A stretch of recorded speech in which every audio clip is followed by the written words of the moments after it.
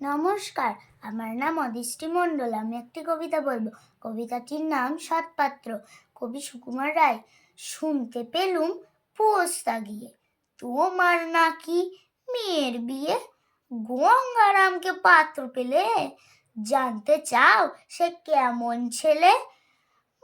মন্দ নয়, সে পাত্র ভালো, রং যদিও বেজায় কালো।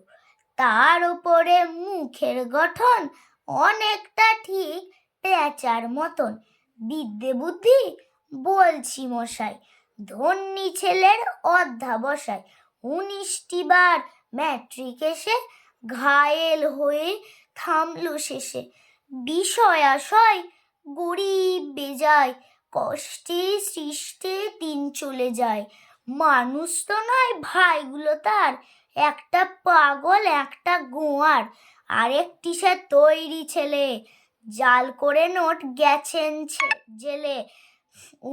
কনিষ্ঠটি তবলা বাজায়, যাত্রা ধলে 5 টাকা পায়।